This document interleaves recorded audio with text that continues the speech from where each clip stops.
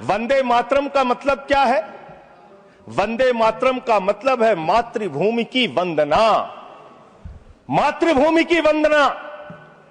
हम मातृभूमि की वंदना करते हैं, तो आप कैसे मातृभूमि की वंदना कर रहे हैं? अरे 1 रुपए में तो एक आम नहीं मिलता। आपने 1 रुपए में अडानी को 1050 एकड़ जमीन और 10 लाख आम और लीची के पेड़ दे दिए। ये मातृभूमि की वंदना, ये आपकी मातृभूमि की वंदना है। आप मातृभूमि को बेचकर मातृभूमि की वंदना कर रहे हैं। ये मातृभूमि की, आज वंदे मातरम पे ही बात करूंगा सर। मातृभूमि की वंदना, मातृभूमि की वंदना हिंदुस्तान के एयरपोर्ट को बेच के नहीं हो सकती। मातृभूमि की वंदना रेल को बेच के नहीं हो सकती, सेल को बेचकर नहीं हो सकती, समुद्री तटों को बेचकर नहीं हो सकती, कोयला और गैस को बेच के नहीं हो सकती, हिंदुस्तान की जमीनों को बेच के नहीं हो सकती। तुम लोग मातृभूमि को बेचने वाले लोग हो, तुम मातृभूमि की वंदना करने वाले लोग नहीं हो। मान्यवर, वंदे मातरम पे ही सुनिए। आज वंदे मातरम के अलावा कुछ बोलूंगा ही नहीं। मातृभूमि की वंदना, इस मातृभूमि की वंदना में जब यहां पे लीडर ऑफ द अपोजिशन बोल रहे थे, मान्यवर, honourable I am not yielding sir, I am not yielding sir, sir I am not yielding sir, I am not yielding sir. जब लीडर ऑफ अपोजिशन बोल रहे थे, ऑथेंटिकेट इट प्लीज देन। जब leader, sir I am not yielding, sir I am not yielding. जब यहां पे leader of opposition बोल रहे थे, नो पॉइंट ऑफ ऑर्डर, खड़गे साहब, उनके मुंह से नो पॉइंट ऑफ ऑर्डर, दलित शब्द निकल गया, दलित शब्द निकल गया। पूरी की पूरी भारतीय जनता पार्टी हाउस में खड़े होकर विरोध करने लगी। दलितों से इतना चिढ़ है आपको? क्या दलित भारत माता के बच्चे नहीं? क्या पिछड़े भारत माता के बच्चे नहीं? क्या आदिवासी भारत माता के बच्चे नहीं? अगर दलितों, पिछड़ों, आदिवासियों की बात होगी तो आप विरोध करोगे? आप विरोध करोगे? You are not on the topic. LOH. Just hold a minute. LOH. Sir, 2 बातें हैं। Please. LOH is on its legs. LOH is on its legs. Sir, 2 बातें हैं। एक तो हम चाहते हैं कि डिबेट, हेल्दी डिबेट हो, तर्कों के साथ हो। अभी इन्होंने आरोप लगा दिया कि दलितों पर बीजेपी वाले एकदम हल्ला करने लगे। ऑन रिकॉर्ड है, मैंने कहा है दलित के विषय में कि ये हमारे पूज्य हैं, हमारे भाई हैं। ये ऑन रिकॉर्ड है। इस तरीके के स्वीपिंग स्टेटमेंट्स न दें और इस हाउस के माध्यम से देश को गुमराह न करें, नंबर 1। नंबर 2, आपने कहा ये बेच दिया, ये बेच दिया, ये बेच दिया। आई से please authenticate on the floor of the house what ever you have charge. देखिए, आज सर बहुत अच्छी बात गृह मंत्री जी भी कह के गए और लीडर ऑफ द हाउस भी कह रहे हैं कि जो कुछ भी मैं बोलूं उसको ऑथेंटिकेट करूं। और मैं आपसे अनुरोध कर रहा हूं सर कि अगर मैं ऑथेंटिकेट ना करूं तो मेरे खिलाफ कार्रवाई की जाए। एक एक चीज मैं ऑथेंटिकेट करूंगा। अगर मैं कोई बात कह रहा हूं तो उसको ऑथेंटिकेट करूंगा। दूसरी बात, शहीद खुदीराम बोस की बात हुई सर, कल उस सदन में चर्चा हुई। हिंदुस्तान के सबसे युवा क्रांतिकारी जिन्होंने फांसी के फंदे को चूमा, वंदे मातरम का नारा लगाया, शहीद खुदीराम बोस, शहीद रोशन सिंह, शहीद राजेंद्र लहड़ी, शहीद अशफाक उल्ला, शहीद राम प्रसाद बिस्मिल, शहीद प्रफुल्ल चाकी, हिंदुस्तान के तमाम क्रांतिकारियों ने जब फांसी के फंदे को चूमा, शहीद आजम भगत सिंह, शहीद सुखदेव, शहीद राजगुरु, सबने वंदे मातरम का नारा लगाया। सबने वंदे मातरम का नारा लगाया।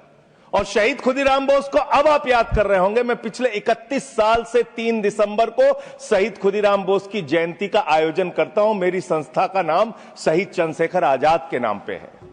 शहीद खुदीराम बोस हिंदुस्तान के वो क्रांतिकारी थे, जब उनको फांसी के फंदे पे चढ़ाया गया और उनका जब अंतिम संस्कार हुआ तो जो राख उनके अंतिम संस्कार से निकली, मान्यवर, उसको बंगाल की मां तावीज बना के अपने बच्चों को पहनाती थी कि ऐसे ही बनना हिंदुस्तान के लिए क्रांतिकारी।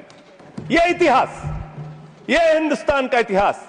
लेकिन मैं आपके माध्यम से इस सरकार से पूछना चाहता हूं, आपके पुरखे इस वक्त क्या कर रहे थे जब शहीद आजम भगत सिंह वंदे मातरम लगा रहे थे, शहीद सुखदेव वंदे मातरम लगा रहे थे, शहीद राजगुरु वंदे मातरम का नारा लगा रहे थे, शहीद खुदीराम बोस वंदे मातरम का नारा लगा रहे थे। उस वक्त आप क्या कर रहे थे? क्या कर रहे थे आप? वंदे मातरम का नारा लगाकर लोग जेल गए, लाठियां पड़ी उनको। मैं आपके माध्यम से इस सरकार से पूछना चाहता हूं, आरएसएस के 4 लोगों का नाम बताओ जो वंदे मातरम नारा लगा के जेल गए, उनका नाम बताओ आप। 4 लोगों का नाम बताओ आप, अपने 4 पुरखों का नाम आप बताओ। आप नहीं बता सकते क्योंकि आजादी के आंदोलन में आपका कोई इतिहास नहीं, आजादी के आंदोलन में आपका कोई इतिहास नहीं, यही आपकी कुंठा है। तो इसलिए कभी आप कहते हो सरदार वल्लभ भाई पटेल आपके हैं। अरे भैया, सरदार वल्लभ भाई पटेल ने आरएसएस के ऊपर बैन लगाया था, यह रिकॉर्डेड हिस्ट्री है। और जब 18 महीने जेल में रखा गया आरएसएस के लोगों को राष्ट्रपिता महात्मा गांधी की हत्या के अपराध में, जब उनको छोड़ा गया, बैन हटाया गया, तो उसमें शर्त लगाई कि आप राष्ट्रीय ध्वज को मानेंगे, यानी कि आप तिरंगे झंडे को भी नहीं मानते थे।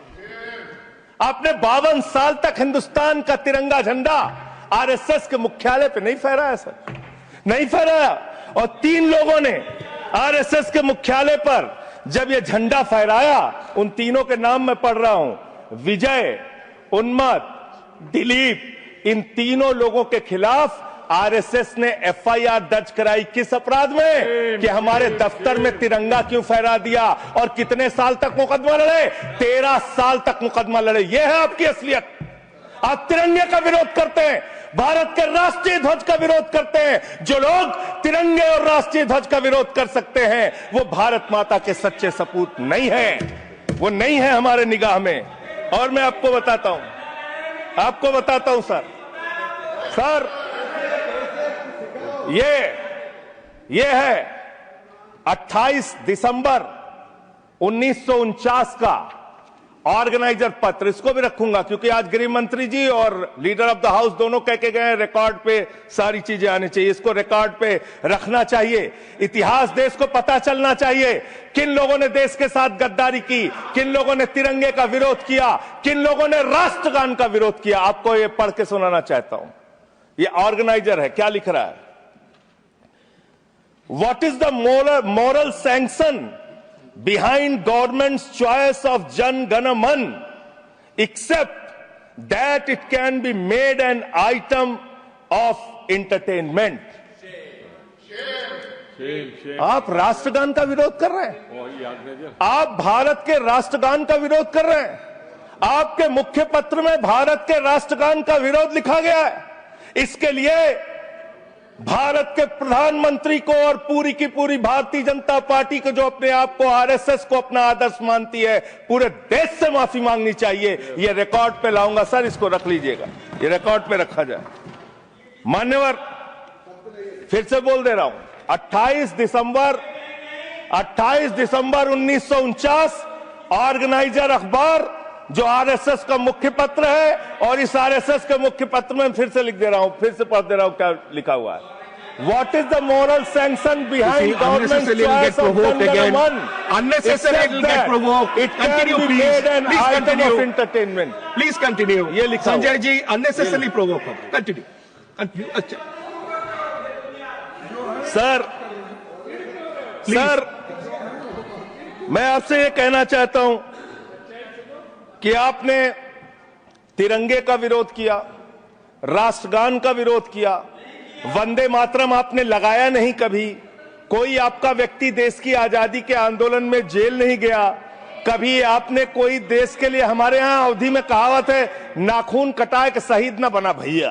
तू तो नाखूनों नहीं कटाया भैया, बिना नाखून कटाए शहीद बना चाहता है, बिना नाखून कटाए शहीद। ऐसे काम नहीं चलेगा सर। जिन्ना का भी जिक्र कल दूसरे सदन में हुआ, प्रधानमंत्री जी ने जिक्र किया। जिन्ना के साथ आपके कितने गहरे और मधुर संबंध थे, क्या इस देश के लोगों को पता है? नहीं पता, मैं बताता हूं। श्यामा प्रसाद मुखर्जी जी फजलुल हक की government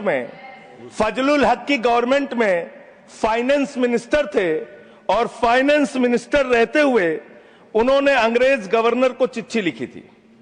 Shyama Prasad followed this and told Governor Herbert The administration of the Bengal province should be carried on in such a manner that in spite of the best efforts of the Congress, this Quit India movement will fail. ये चिट्ठी लिखी है। आपने भारत छोड़ो आंदोलन के खिलाफ आपके नेता, जनसंघ के पहले राष्ट्रीय अध्यक्ष और तत्कालीन गवर्नमेंट में जो वित्त मंत्री थे, उन्होंने चिट्ठी लिखी अंग्रेज गवर्नर को और कहा कि भारत छोड़ो आंदोलन जो हिंदुस्तान के क्रांतिकारियों का आंदोलन था, जो देश की आजादी का आंदोलन था, वो आंदोलन कुचल देना चाहिए, खत्म कर देना चाहिए। ये है रिकॉर्डेड हिस्ट्री आपकी। ये आपको आपके बारे में पूरे देश को पता रहना चाहिए। अब जिन्ना, हाँ, इसको भी सभा के पटल पर रखूंगा। जिन्ना और आपके रिश्ते क्या थे? कितने मधुर रिश्ते थे। एक राज्य में सरकार नहीं बनाई मान्यवर इन्होंने। नॉर्थ वेस्ट फ्रंटियर, सिंध प्रांत और फजलुल हक की गवर्नमेंट। फजलुल हक वो शख्स है जो पाकिस्तान बनने के बाद वहां की सरकार का गृह मंत्री बना। आपके रिश्ते उन लोगों के साथ थे, ये देश को पता होना चाहिए। इसलिए आप किसी को भी देशभक्त